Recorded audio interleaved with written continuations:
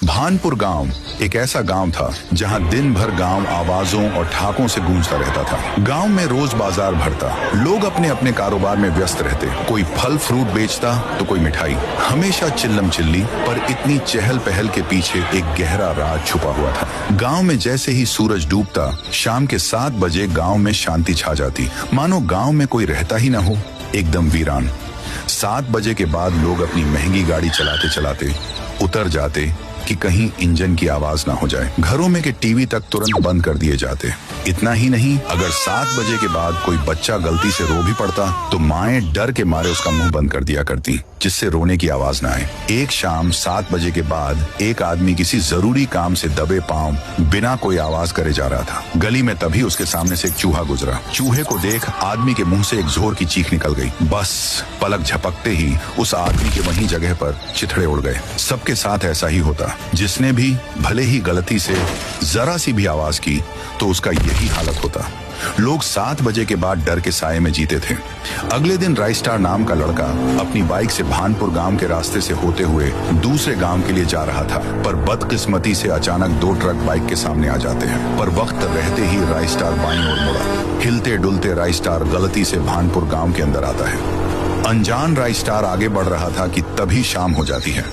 चारों तरफ से सिर्फ एक ही आवाज गूंज रही थी, कृपया सारे लोग कदम भी फूंक फूंक कर रखिए, जरा सी भी आवाज आपकी मौत की कारण बन सकती है। 7 बजने में कुछ ही मिनट बाकी है। तभी राइस्टार देखता है कि बाजू से एक आदमी राइस्टार के सामने सफेद कार खड़ी करके उसमें से उतरता है और कार को धक्के मारते हुए कार को आगे बढ़ा रहा।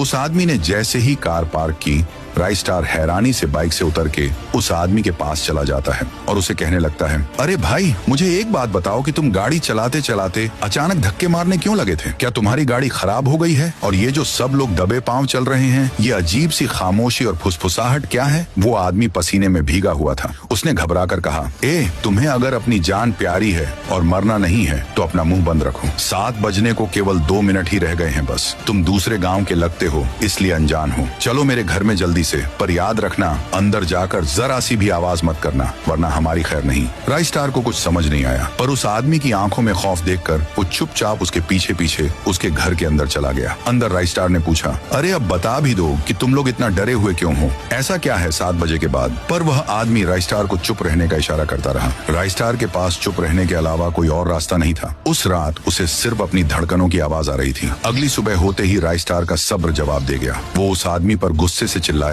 देखो भाई, तुम जो कोई भी हो, मुझे साफ साफ बताओ, तुम मुझे 7 बजे के बाद बोलने क्यों नहीं दे रहे थे, ना कोई आवाज करने दे रहे थे? आखिर इस गांव में ऐसा क्या खौफ है? बताओ जल्दी। तुम्हारे कहने पर मैंने बिना आवाज करे रात तो बिता ली, अब और चुप रहने की क्षमता नहीं है मुझ में। उस आदमी ने एक लंबी ठंडी सांस ली और बोला, अरे तुम्हें क्या बताऊं भाई, हमारी जिंदगी 7 बजे के बाद किसी नरक से कम नहीं रह जाती है। जो कोई भी थोड़ी सी भी आवाज करता है, उसके बदन के 4 टुकड़े हो जाते हैं, मानो किसी ने उसे हवा में ही चीर दिया हो। हर शाम 7 बजे किसी न किसी की मौत होना तय है। इसलिए तो मैं तुम्हें बार बार कह रहा था कि आवाज मत करो, वरना तुम भी बाकियों की तरह अपनी जान से हाथ धो बैठते। उल्टा मुझे शुक्रिया बोलने के बजाय ताने मार रहे हो। इस आदमी की बात सुनकर राइस्टार के रोंगटे खड़े हो गए। उसको एहसास हुआ कि वह कैसे बच पाया था, पर वो डरने वालों में से नहीं था। उसके दिल में एक आग जल उठी कि आखिर इस दहशत के पीछे राज क्या है। उसने फैसला किया कि वो इस डर का सामना करेगा। राइस्टार गांव के बाहर आकर 2 सबसे ताकतवर और बड़े बड़े स्पीकर लगाने लगा। राइस्टार ने वो स्पीकर्स सारे गांव के हर घर की छत पर,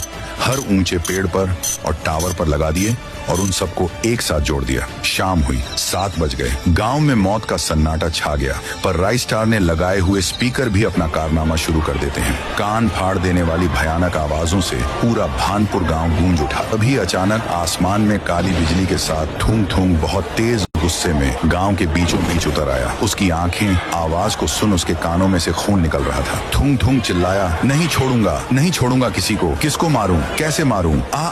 बंद करो ये आवाज, मेरे कान फट जाएंगे, मैं पूरे गांव को ही उजाड़ कर रख दूंगा। वो दर्द से तड़प रहा था। तभी राइस्टार हिम्मत करके उसके सामने आता है। थूम थूम उसे कांपती आवाज में कहता है, ये खरगोश के तू कोई भी हो, जल्दी से आवाज बंद करवा, वरना तुझे कच्चा चबा दूंगा। फिर राइस्टार बोला, अच्छा तो तू ही यही है वो जो 7 बजे के बाद आवाज करने पर मासूमों की जान ले लेता है। बता ऐसा क्यों करता है? क्या दुश्मनी है तेरी इन लोगों से? थूंग थूंग चीख कर बोला, ए चला जा यहाँ से, पहले ही मेरा दिमाग खराब हो रहा है इस शोर से। मैं तुझे क्यों बताऊं, दफा हो जा। तुझे बता के मैं क्या करूंगा, तू क्या ही कर लेगा। बस मेरी पावर काम करने लगे, एक एक को चुन चुन के मारूंगा। राइस्टार स्पीकर का रिमोट हाथ में पकड़े हुए कहता है, अगर तूने सच नहीं बताया तो जिसमें से ये आवाज आ रही है उस स्पीकर की आवाज और बढ़ा दूंगा, इतनी बढ़ा दूंगा कि तेरे वजूद के ही चिथड़े उड़ जाएंगे। बहुत बोल रहा था ना कि क्या कर लेगा, देख मैं ये कर लूंगा, चल अब जल्दी मुंह खोल। थूंग थूंग दर्द से कांप गया। नहीं नहीं मुझे माफ कर दो, स्पीकर की आवाज मत बढ़ाना। मैं सब बताता हूँ कि मैं आवाज करने पर लोगों की जान क्यों लेता हूँ। थूंग थूंग जमीन पर घुटनों के बल बैठ गया। दरअसल मेरा नाम थूंग थूंग है, मैं इस गांव का नहीं था। मैं यहाँ JEE का एग्जाम देने के लिए रहने में के लिए कमरे की तलाश करते हुए इस गांव आया था। एक रूम मुझे मिल भी गया। कल मेरा एग्जाम था, इसलिए मैं रात को अपने कमरे में बैठकर पढ़ रहा था। मेरे लिए वो इम्तिहान मेरी जिंदगी था। पर मेरे रूम के बाहर गांव के सरपंच के कुछ गुंडे बेटे नशे की हालत में गाने की आवाज फौल बढ़ाकर नाच रहे थे, गालियां बक रहे थे। मुझे उनकी गानों के आवाज से पढ़ने में डिस्टर्ब हो रहा था। मैं बस उनके पास गया और उनसे मिन्नत की, भाई प्लीज आवाज कम कर लो यार, कल मेरा पेपर है, मेरी जिंदगी का सवाल है, मुझे तुम्हारे आवाज से डिस्टर्बेंस हो रही है। पर वो जानवर, उन्होंने मेरी एक न सुनी, उल्टा मुझे ही गाली बकने लगे। देख रहे बिडू, लोग आज तक अपुन से किसी ने सर उठा के भी बात नहीं करी, और ये पढ़ाकू बंदर जैसा दिखने वाला लड़का अपुन को ज्ञान पेल रहा है और हमारी पार्टी को खराब कर दे लिए है इसने। बेटा कल मिल तू, तुझे बताता हूँ अपुन की हट के लिए। अब उसने जैसा कहा था वैसा ही हुआ। उन्होंने मुझे घर से पकड़कर गांव के बीच में लेकर आए। वहां लोगों की सभा बिठाई गई। फिर सरपंच के बेटे ने मुझ पर झूठा इल्जाम डाला। अरे गांव वालों, ये पढ़ाकू बंदर जैसा दिखने वाला लड़का कोई स्टूडेंट नहीं है, बल्कि चोर है। साला कल रात 1 बजे मैंने इसे घर पे चोरी करते वक्त रंगे हाथ पकड़ लिया हूँ। मैं तो कहता हूँ इसे चोरी करने में, जुर्म में दर्दनाक मौत दे। गांव वाले भी उसके बहकावे में आ गए और उन्होंने सरपंच के बेटे का साथ दिया। उसके बाद मेरा सर ही काट डाला। मैं दर्द से चिल्लाता रहा।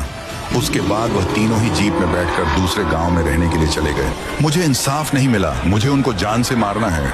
मेरी तरह उन्हें भी दर्द देना चाहता हूँ। मेरी पढ़ाई, मेरे सपने, मेरी आवाज, सब कुछ उस रात के शोर में दफन हो गया। बस तभी मैंने कसम खाई कि अगर मेरी मदद की आवाज किसी ने नहीं सुनी तो आज के बाद इस गांव में 7 बजे के बाद कोई और आवाज कभी नहीं गूंजेगी। जो आवाज करेगा वो मेरे अंजाम को पहुंचेगा।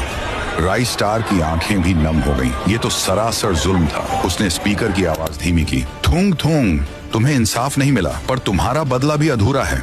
तुम्हारे असली गुनहगार वो गुंडे और वो सरपंच का बेटा, इन्हें तुम्हारे पास जरूर लाऊंगा। अगले गांव की सुबह राइस्टार ने वह 3 गुंडों को पकड़कर गांव वालों के सामने ले आया। उन्हें भी उसी सूखे पेड़ पर उल्टा टांगा और लोगों के सामने राइस्टार ने उन तीनों का भी सर एक ही बार में धड़ से अलग कर दिया। थूंग थूंग को इंसाफ मिल चुका था। उसके बाद भानपुर में 7 बजे के बाद कभी वो खौफनाक सन्नाटा नहीं हुआ। गांव वाले एक साथ झूम उठे। तो गाइस, आपको ये वीडियो कैसा लगा जरूर कमेंट में बताना, और इस वीडियो को लाइक ठोक के सब्सक्राइब बटन तोड़ दो ताकि आप सबसे पहले हमारी ऐसी कहानी देख सको।